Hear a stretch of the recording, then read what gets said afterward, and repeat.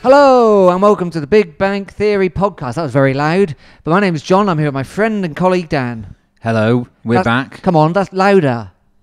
Hello. There we go. We're back. Up from the grave we arose. Right. Let's explain. The sound quality was so bad I couldn't bring myself to... I didn't want to... It was for you, the listener, you know? We care about you. Yeah, that's we wanted to make sure the audio was okay. So I only want to put out prime content. That's what... Well, at least the audio will be all right. Yeah. Well, it doesn't matter what we say, yeah, of course. But yeah, a smooth listening experience. Hopefully that's sorted out now. We're operating in a COVID-secure manner, be assured. But we're making it sound smooth as you like. Smooth as Matt J's chops. Yep. Smooth as Nicky Law's bonds. Oh, Nicky Law. Smooth as Paul Tisdale's descent down the league. Now he's left, can we talk about how I'm pretty sure Nicky Law had tattooed on hair? Did he? You know, you can get that where it's like very faint. It looks like you shaved your head, but really it's just tattooed on kind of stubble, kind of head stubble. It's a thing, and I think he's got it. He's literally a law unto himself.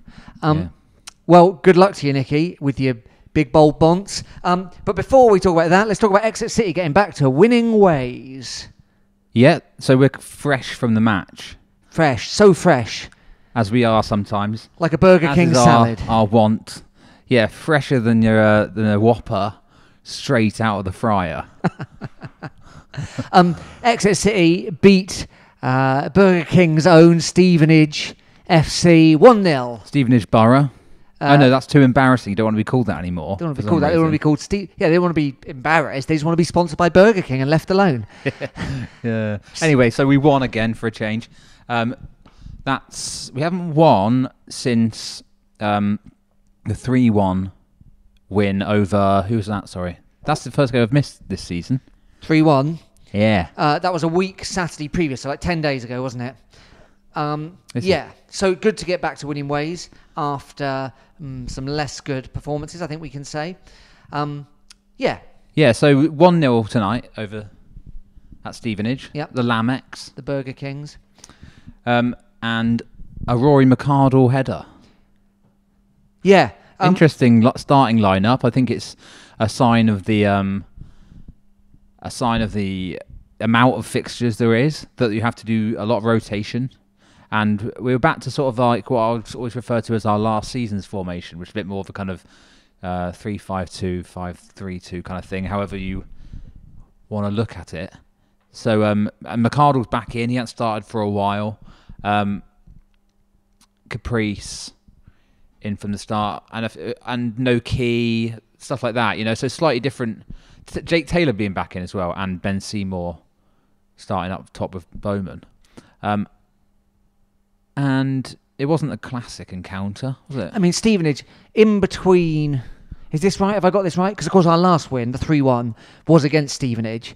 They've certainly brought in some players since then. I think Luke Norris played in that game as well. Okay, this is all very strange. Okay, so we played them twice. We're talking about Stevenage away now, aren't we? Yes, we are, right. yeah. Okay. But anyway, they've invested in the January window. So, although they're, lower down the table than us, they're not the complete hopeless team they were last season.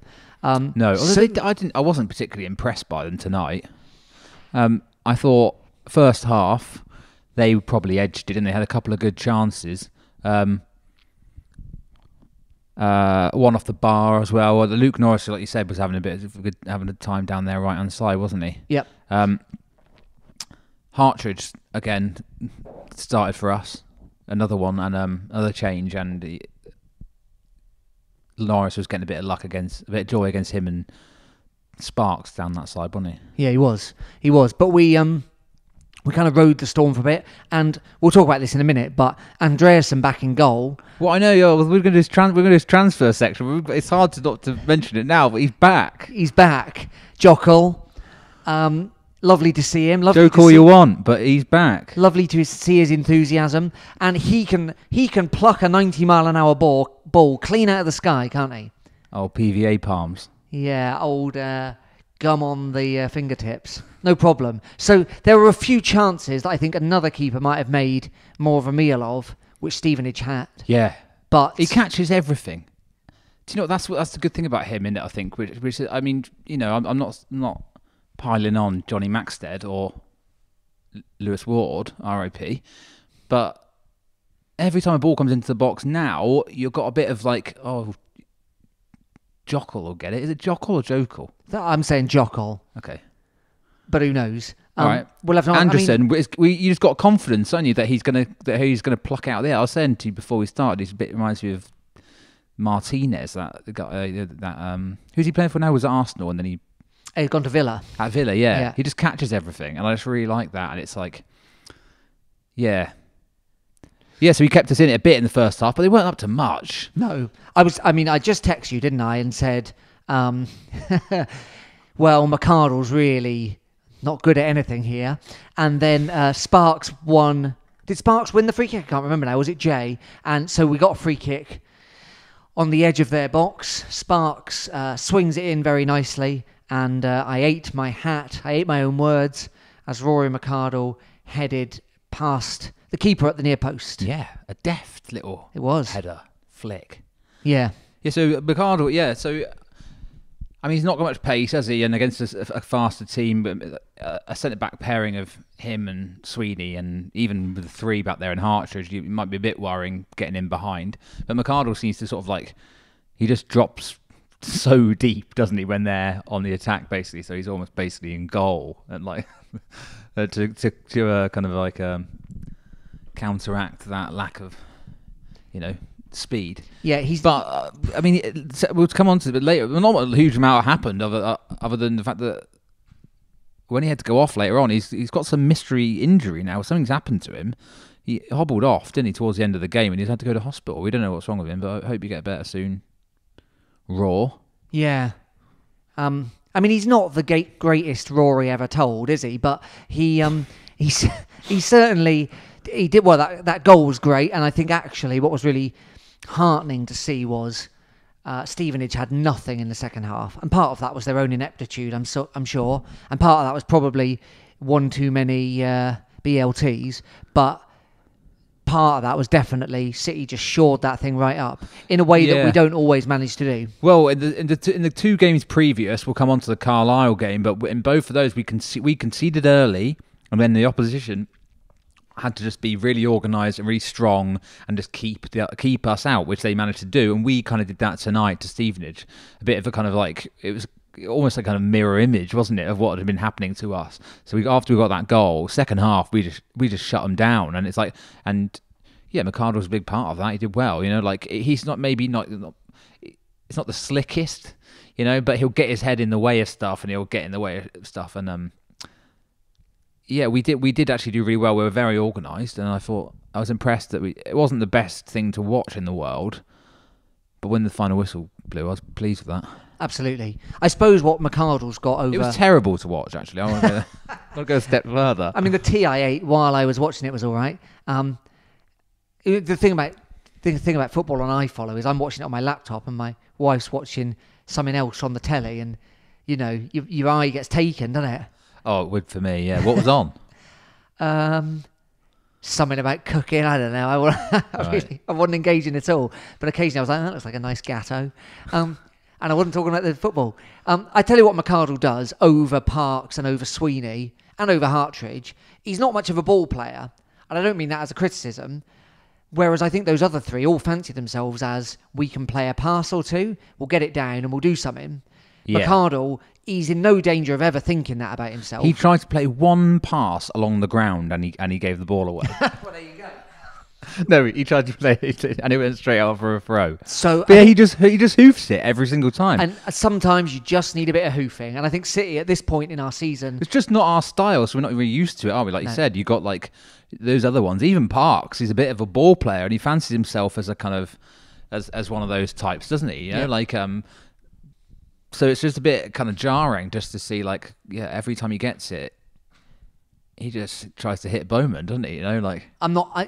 It's not my style of football, and actually the Stevenage commentators were quite surprised, weren't they? But yeah, and I'm quite glad about that, really. I kind of quite like the fact that we're kind of rightly kind of associated with playing football a certain way, and it's I do think it's better. Like, I mean, better to watch. I mean, Yeah. I'm glad we had to watch a team hoof it every single week. We do our fair share of hoofing it. Don't get me wrong, but yeah. Anyway, there we go. So that was a 1-0. That's 3 points back to Exeter. Thank you very much. So that was Mikado. Yeah, I thought a big difference tonight actually was there isn't a huge amount to say because there wasn't many chances really. But I thought Jake Taylor was back in. First time he started, I think, since he's out with a bit of an injury. And I thought it made a real difference. Not that Nigel Atangana's been all bad. He's had a couple of dodgy games on. A couple of games his passing was a little bit sloppy, wasn't it, and stuff. And he sometimes caught a little bit out of position. And I think Taylor's just a tidier player for that. Like he's really kind of made that kind of centre mid kind of role his own, hasn't he? And I think we're definitely a better side with him in there, and so I'm glad he's back. And the other point to mention, I think, is poor little Ben Seymour. He nearly scored in the first half before our goal. Yeah, he did. It went. I think it got deflected out into the side netting, didn't it? He's had a bit of a time, hasn't he? I think he's getting quite a lot of. I don't know if it's abuse, but he's getting a bit of a hard time online, isn't he? But I know that's not anything to go on. We've seen. What people in the comments are like in the wider football this week. And it's not as bad as all that, but it's still just like, you can't really take it seriously. And he shouldn't take it to heart if he does see any of it. But I don't know. I think this was his second start. And in the last one, he came off after about 20 minutes, didn't he? Was that against Carlisle? Was that the game before? It was the game before, wasn't it? So we and that's because Taylor changed the system early on because it quite clearly wasn't working. So I feel like it's a bit harsh on Seymour, and he's still waiting, isn't he, for his to get that goal. I think that he really needs if he's going to be a kind of like an effective part of this team, and if he's going to be accepted by all the idiots, but by everyone. He does need to score. Do you know what I mean? He's like, and I think he needs minutes for that, but. I was pleased to see him start, actually. I think that's a step in the right direction. I think we know what Taylor's like for subs, Yeah. So get him a start. It was obviously a different lineup for loads of reasons. He'll feel like, okay, I'm trusted here. He came off with 20 minutes to go, so he had a good run, and he had a good chance, and it wasn't like he missed it. Well, I mean, there wasn't really many chances in that game, was there, for him? No. In the first half, he wasn't getting... service. I don't really know it worked out in the end, but the way we were playing in the first half, he couldn't get on the end of much. He had that one chance, and then second half, like you said, it was more kind of balls up to Bowman really, and he was it was the right call to change things because Taylor changed things back to that 4-4-2, didn't he? Later on in the game, he kind of brought on another little fella we'll get onto, Robbie Wilmot, and he brought on someone else. I can't remember it now.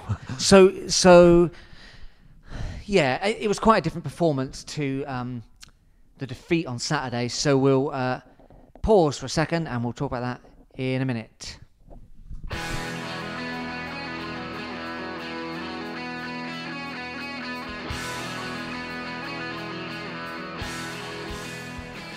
So it's a distant memory now, Dan, and I'm grateful for that. But Saturday just gone, followed on from a dreadful performance where we lost 2-0 against Morecambe last Tuesday. But this Saturday we went all the way to Carlisle, 1 p.m. kick-off, and 9 minutes in we were down 1-0, and not one more thing happened in that game. No, did it really? We didn't have any shots, I remember that. No. Brunton Park looking... glorious up there, and I can't believe they want to move. I'm not being sarcastic. I genuinely like it. Do you know what? I love a ground. I really like it. I love those a ground where grounds. the training ground's next to it. Yeah, that's good. Yeah, love that. I just love seeing those massive terrace stands. It's just so cool. You never see terraces on the sides anymore, do you? No. But yeah, it was miserable. What else? Was there anything else even? Well, I think the surprising thing at the beginning of the game was that Nicky Law was captain, although it's not a completely rare situation. And then we had the revelation at the end of the match that actually he's off to pastures new. He's gone. Yeah. which I didn't see coming. I don't think anybody did. I was quite prepared for him to maybe be gone at the end of the season. Yeah. But no, it just got like that. It was Yeah. just like it was just like, okay, well, I'm going tomorrow. And it was like, right, okay. Bye then. This is his third season with us, isn't he? He's sort of like, and he's real kind of symbol of the new Exeter City, wasn't he? Came in with Taylor. I think he might have even been the first signing. It was among the first signings anyway. And it's like, and there's not that huge amount of those guys left now. No. Aaron Martin, Lee Martin, those lot kind of, and he was so good. Yeah. For the majority of kind of pretty much 2 seasons, he was just our best player every game. Scored some great goals. Yeah. The goals against Argyle. Yeah. The MK Dons goals. Yeah. Away at Notts County, the late winner when we had 10 men. So some great memories for him.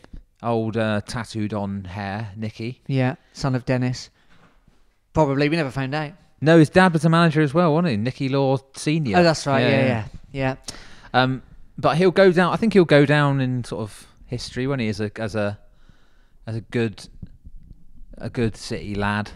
Yeah, he burned brightly while he was here, didn't he? And always quality. Sometimes not went missing in games, but maybe he wasn't best suited to some games.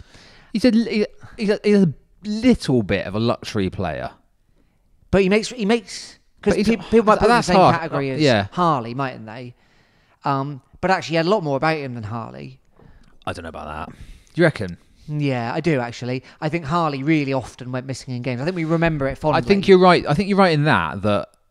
But Harley obviously was there for longer. Yeah, true. I think maybe that's true. But in terms of like actual kind of ability, I think Harley's is the better player. Maybe so. The way he struck, the way you could hit the ball sometimes, the way you could hit a pass. Both classy players, don't get me wrong, and but I do think probably Harley out of the two, I'd choose Harley if I had to choose one or the other. I'm taking nothing away from Law. He's right up there. He's like, he was a fan favourite, wasn't he? And we haven't seen that much of him this year. It's his first year. Sort of Matt J had basically taken his place, really, hadn't he? And but yeah, a shock. So he's gone to America. Yeah. Now I didn't even know what this was. He's gone to the USL. So my understanding of American football in America is the major league is all just run in a very kind of strange way, and it's not there's no grassroots related to it. So if you're Beckham, you turn up and you say, "Oh, all right, guys, I want to start a football team." That's my David Beckham. Yeah. And very good. Thank you. You get the cash, and then you say, "Well, I think I'd quite like to start it in Miami." And that's it. You just start a club, and it's a bit like surely there's a limit in there to how many people are in the league. Well, they just keep going till they got hundreds and hundreds. Well, of course, basketball splits, doesn't it? So you have 2 conferences. So I suppose there's the same possibility for. So what's this then? What's this USL? So then this is there are 2 ways of becoming a major league team, I believe. One is Beckham style. The other is that you prove yourself worthy of being a franchise. And so there are other clubs who, I mean, I don't know if Nicky Law's new team want to do this, but you just kind of work your way up to being a significant club. So it's more like the amateur professional divide that used to exist in English football. And like people used to get voted into the league. It's a bit like that. So whether they'll ever want to, I don't know. I mean, I think that the money that changes hands to get a franchise is insane. So they might just want to remain as a lower level club. I don't know the details. Right, I don't know what you're talking about, and I think that's about right. It just doesn't. It's so alien, isn't it? Yes, it's a very strange way of operating. I'm just looking at where. So he's gone to Indiana, right? They're called Indy 11. I guess it's Indiana, yeah. I'm just looking at where that is, and it's sort of like, I think it's sort of near Michigan, Illinois. Okay. In the middle. Yeah. So he's gone there. He loves America, doesn't he? He said in his little farewell video, he loves America. And then I thought, that makes sense because he's got, if you ever looked at any of his tattoos, he's got a load of American tattoos.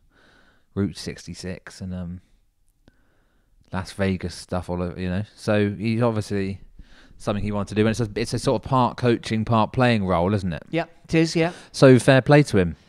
So off he goes, Nicky Law. So he captained against Carlisle, but the team couldn't rouse themselves to any kind of fitting send-off.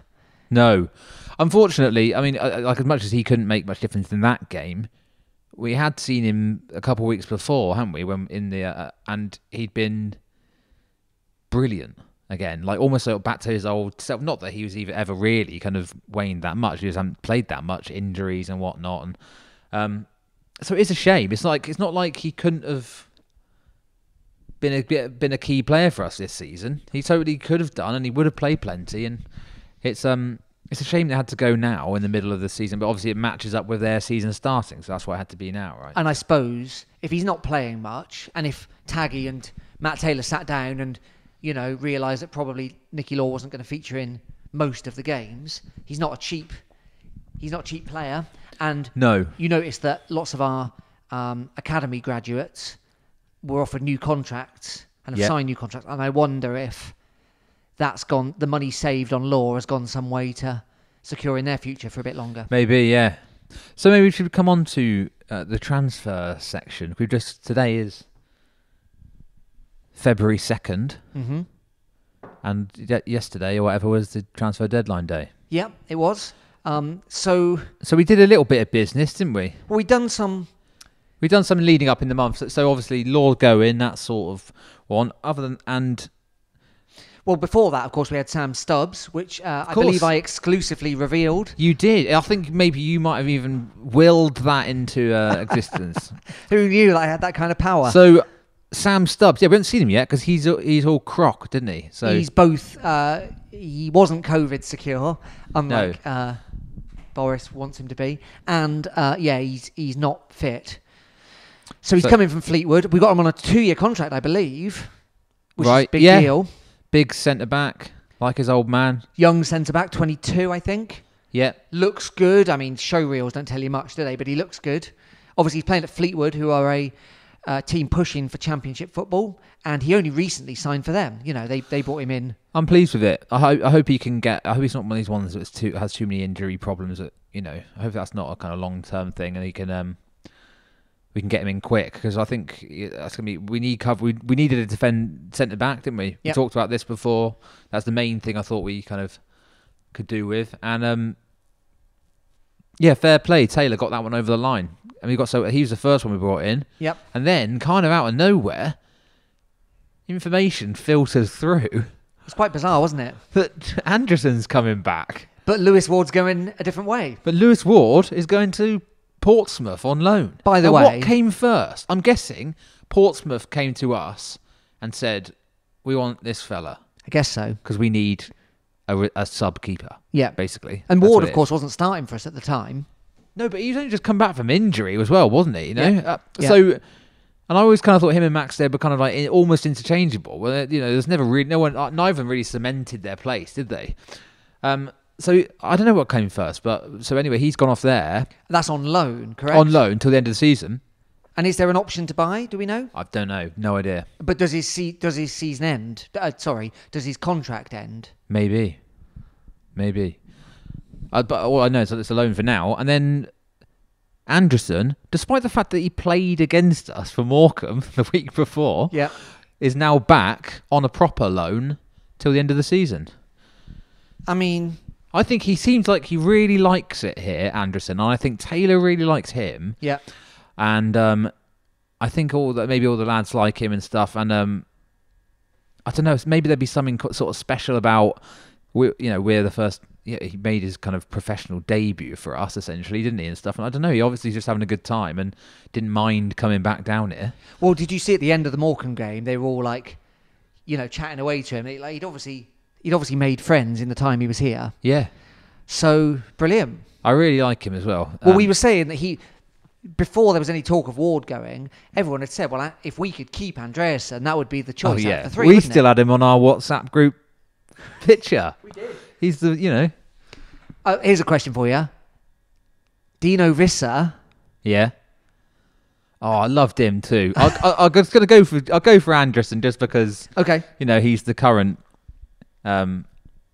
But I did like Vista. Yeah, so there's that one. Okay, then so nothing else happens. Then Law leaves. Then we get to transfer deadline day proper. Yeah. And everyone's like, well, surely something's happening. Well, yeah. So everyone thinks something's going to happen, and because Law had left, and we're like, okay, it looks like we've probably freed up a bit of wages here. Like you said, the academy guys signed new deals, some of them, and obviously Portsmouth will be paying some of, if not all of Ward's wages, so he's off the ledger. He's out of the ledger too, and so we got a bit of money presumably, and so that's likely, and we need someone to step in. And then they announced this fella, Robbie Wilmot. Yeah, Gary Wilmot. Yeah. Who is Gary Wilmot? He was like a dancer in the 80s. He used to be on like children's telly or whatever as a dancer. Okay, I'm just back when kids were satisfied by watching a bit of dance on the telly. I'm gonna find him and I'll tweet it out with the episode. So Robbie Wilmot. So he was involved. You remember when Newport? He'd been at Newport quite a long time, and of course Newport. We've had a long running. Yeah, I think he's actually been at Newport a couple of times. Like he's been there and gone and come back and stuff. So do you remember when Newport played Spurs and nearly beat them? Yes. So he was involved in the equaliser. So he made the cross. Yeah. Okay. Right. I think and he scored against us, didn't he? I just didn't. I don't remember that, but it was in the. Yeah, I believe so. We probably even talked about him on this podcast, didn't we? When he scored that goal. Yeah. If only we kept any kind of record. I'm not going back through to find it. But yeah, so I asked my friend who supports Newport, and they said he's a good player, stays on the wing. He's a wing man, and not in that sense, but he's in for Jokull. No, gonna hit the clubs together. But in the current Newport setup, he's been asked to defend, and they sort of do a bit of a wing back situation thing, don't they? Like he's not that kind of player, we're told. So he's played 16 times this year, but he's obviously not quite doing what the manager wants. Yeah, from what I could work out, from what sort of you always do the old thing of someone comments, is he any good? And then some nice, some fans give some normal people give like some decent kind of answers. Yeah, and it seems to be that he's a very good crosser of the ball, but obviously, I don't know. We'll see what he can offer. It's definitely something we need. Our delivery's been a bit wanting here and there this year. Lord been playing out on the wing quite a bit, hadn't he? In that kind of 4-4-2 that we've been mostly kind of deploying this year, and I think he'll be, hopefully he'll fit in well. He came on this evening, didn't he, for 10 minutes or so, and he did a little run. Yeah. I think it's useful to have. I mean, obviously Joel Randall and Randall Williams, no sign of coming back yet. No, it's weird that I was wondering why no one's even Taylor's not even saying anything about them. Maybe we missed a memo because is it like real long-term ones? I don't know. It'd be good to get them back, but like, it's hardly a coincidence that the goals have dried up since they've been out of the team. But it's good to have competition for those places as well. Yeah, it is. That Carlisle game Saturday, we could not get any crosses past the first man, could we? Josh Key couldn't do it. None of them could. Even the Sparks Caprice couldn't do it. Lewis Page, it wasn't happening, was it? Yeah, Sparks usually is probably one of our better crossers, but he was just either like hitting the first man or he floated him out the other side. Like maybe it's just one of those days. And like I said, Carlisle were solid. So. But yeah, so that was it. That's it for the transfer dealings for until the summer. I have to say that's more than I was expecting. But there were, of course. Well, yeah, but then because we weren't expecting the Law one, I would if he hadn't gone, I wouldn't have been expecting any. But then there were wild rumours.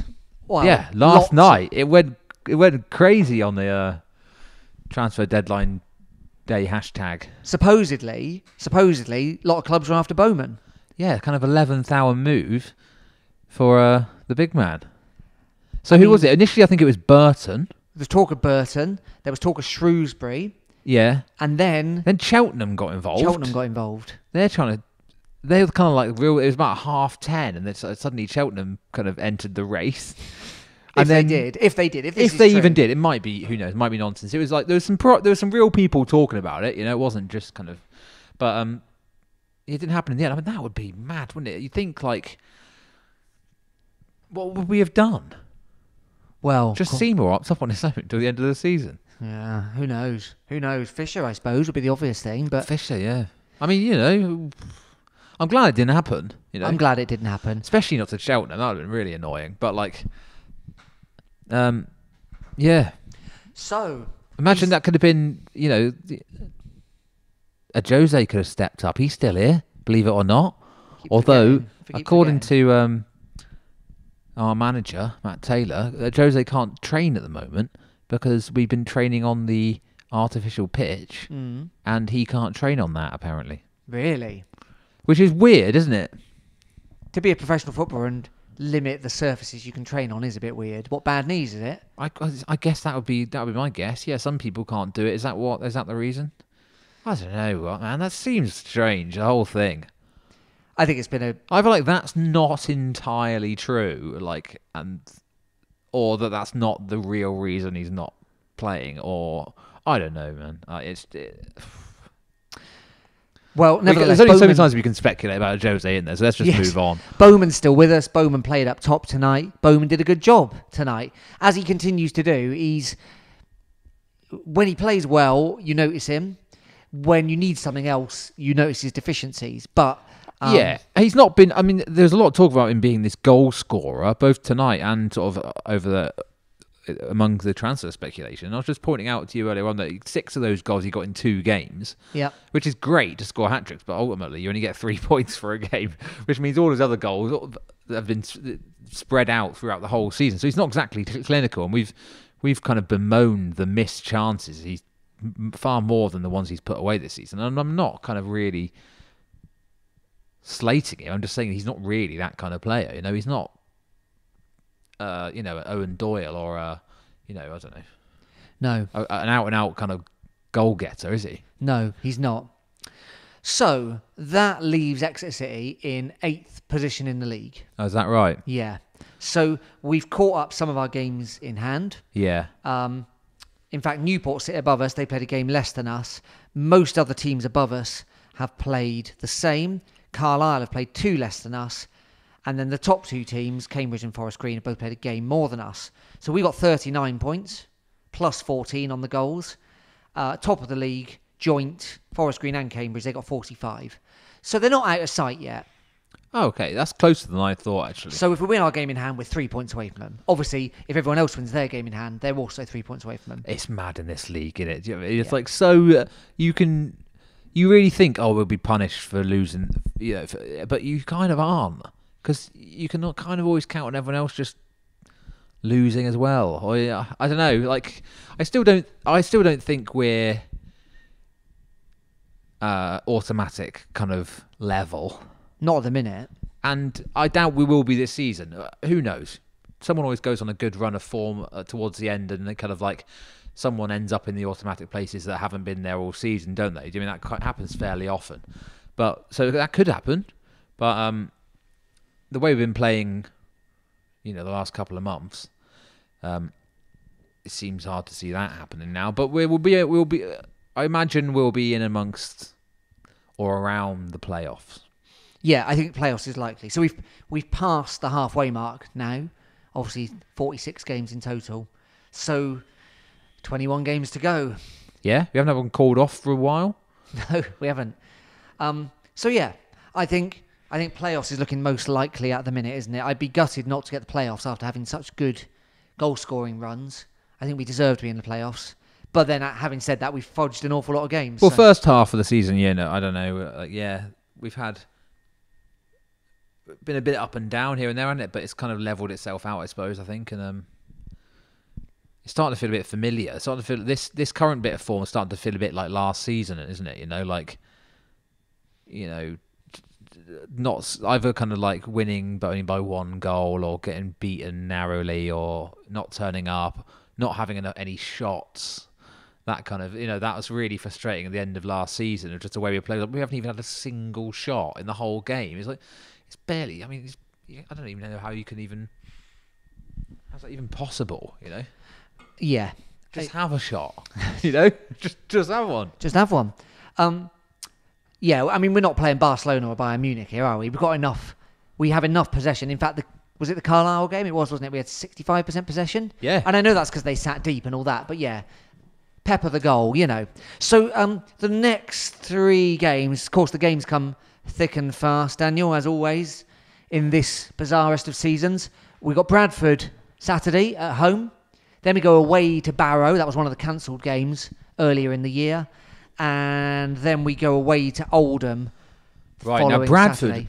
bought about 20 players in January, didn't they? Mm-hmm. So I don't know. We don't. That means to me we don't quite know who we're playing against.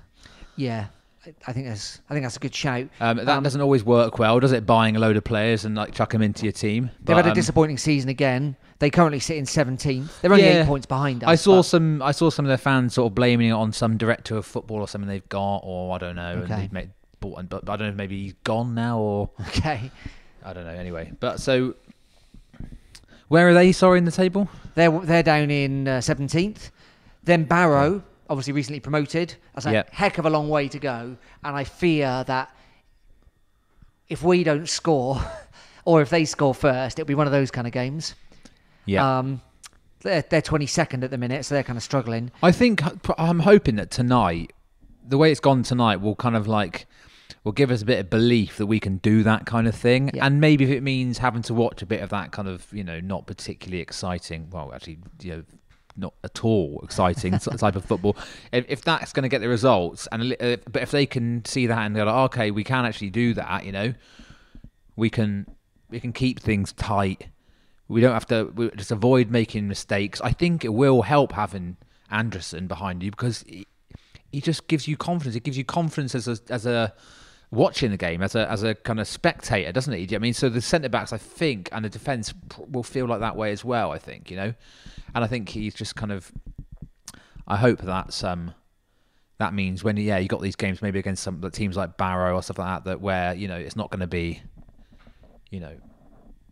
like a fast kind of flowing kind of end-to-end game that we can play that way, and we're not just going to get like every time we come up against one of those teams, we're not just going to get kind of like squeezed out like we had been against a couple of others. So. No, absolutely.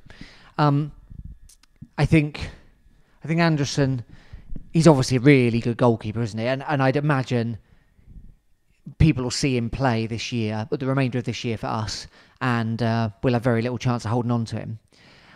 Or getting him on loan again, although you never know. Maybe a loan for a further year. He doesn't yet have the kicking, but what he does have, which is you'd happily take, is he knows when to leave his line to make the kick.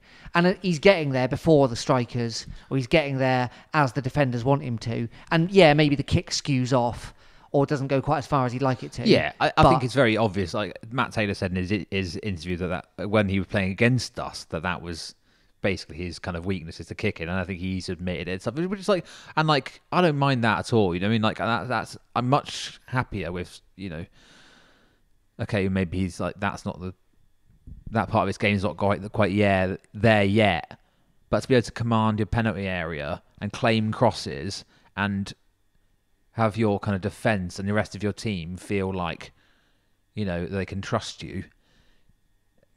I don't know. That's worth more if you ask me. Absolutely. There was a point second half, and I think it was Hartridge was running. He didn't have the ball, but he had kind of control of the ball. Yeah. And there was a striker behind him, and Andreasen was straight off his line and ran straight at the ball, and Hartridge just had to move. There was 2 big ones when he ran off his line to get to that ball in the air. I thought it was splendid. Yeah. I really like to see that, and I think that will help. Because I don't. Matt Taylor knows about defending, doesn't he? He knows about defending, and he knows about those players that he's brought in. Like, none of those players were a surprise package. He's not taken a chance on them. He's found players who he knows can do certain jobs. And I do wonder if, as Andreasen gets bedded in, we'll see an improvement in those centre-backs too. It seems to make sense to me. Yeah, I think so. I hope so. Yeah. If you're interested in talking about this more, you can get in touch with us in all the normal ways, of course. We're on Twitter at Big Bank Pod. We're on email, bigbankpod@gmail.com, and you can find us on Facebook as well. We're always pleased to hear from you. Or why not chat to us in the YouTube comments? Oh, yeah, that doesn't happen very often, but we like that. I'll have to remember, we'll have to remember to check them. It dings up on my phone. Does it? Yeah, Okay, I can. cool. It's that little that it happens. Yeah. I still get the ding. Yeah, chat to us in those YouTube comments, and we'll engage in some witty repartee. Apart from that, the games continue to come Saturday, Tuesday, so we're going to be running on a Wednesday morning pattern for the time being, aren't we, Daniel? Yeah. We'll keep it up now. We've got this kind of we've got the pro setup back on the go, and it's, We're so pro. touch wood, no more kind of having to try and record it through the mic on that you get on those iPhone headphones. Yeah, no more dogs' dinners for us. We're now all about 3-course a la carte. Just crystal clear clarity. That's that's as a minimum. KKK. Oh no, that's something else. That is not that. No, we're not. We don't endorse. Anyway, So we'll this will be it now. Every Wednesday or whatever it is.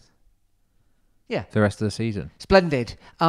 So yeah, I think I want to finish with this. If we can keep up some solid performances that get results where we need them, imagine how good we'll feel when Randall and Randall come back. That'll be oh yeah, definitely. That'll be an absolute treat, won't it? Yeah. And I just want to maybe dedicate this episode to Mr. Nicholas Law. Yeah. Gonna miss you. And it did kind of just, I sort of remembered it halfway through the game tonight, and I was like, oh, he's gone. He doesn't play for us anymore. And I don't know if I've been like particularly like that bothered. Not that there hasn't been players that I've been sad to see go before him in recent times, but he's kind of been one. I don't know. That was a kind of a surprise one, and it was. I do think it's a bit of a shame, really, as much as it's a great opportunity for him, and I'm glad he gets to go and do what he wants. But yeah, good luck, Nicky. Yeah. Thanks for the good See times. you later, mate. My name's John. I've been here with my friend and colleague Dan. Cheers. See you soon.